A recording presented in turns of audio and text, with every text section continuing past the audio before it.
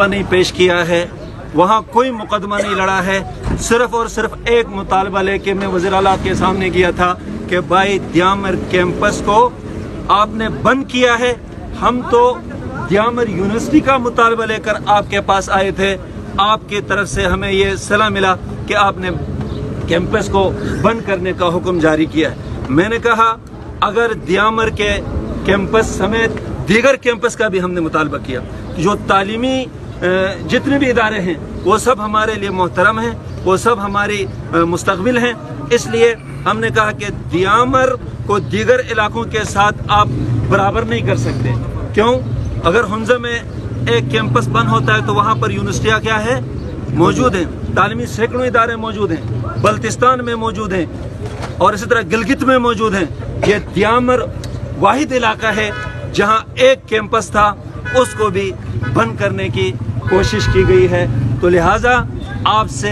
مؤدبانہ گزارش یہ ہم نے وزیر اعلیٰ سے کہا کہ آپ دیامر کیمپس کے بندش کا جو فیصلہ کیا اس وقت فیصلے پر نظر ثانی کریں۔ تو وزیر اعلیٰ گلگت بلتستان نے عذر پیش کیا کہ خسارے میں ہے۔ عذر کیا پیش کیا گیا؟ خسارے میں ہے۔ تو میں اس کو بتانا چاہتا ہوں اگر خسارے کی وجہ سے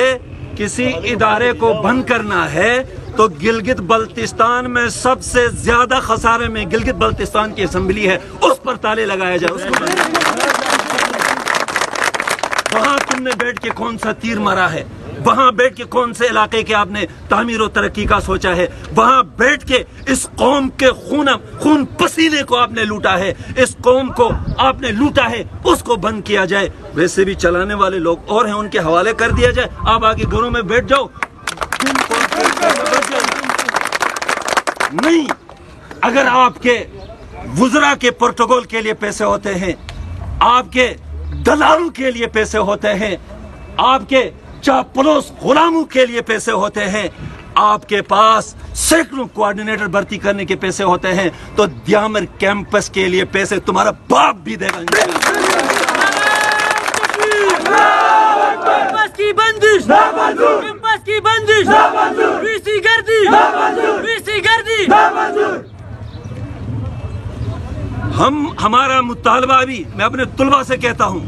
کیمپس کا مطالبہ مت کرو، ابھی اپنے اندر جان پیدا کرو، غیرت پیدا کرو، تعلیم دوستی کا ثبوت دیتے ہوئے ابھی آپ کا مطالبہ یونیورسٹی کے قیام کا ہونا چاہیے۔ جب تک یہ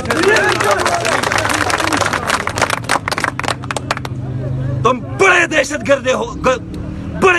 گرد ہو، ان دہشت گردوں سے جنہوں نے سکول جلایا تھا، وہاں کوئی بچے پڑھنے والے نہیں تھے، تم نے ان بچوں کو سکول سے باہر نکالا ہے جو یونیورسٹی بری پڑی تھی بچوں سے، تم بڑے دہشت گرد ہو ان سے۔ تو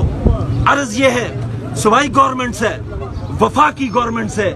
جب تک دیامر کے ہمارے نوجوان کو تعلیم نہیں دیا جاتا، جب تک دیامر کیمپس کو یونیورسٹی کا درجہ نہیں دیا جاتا، جب تک ہمارے بچوں کو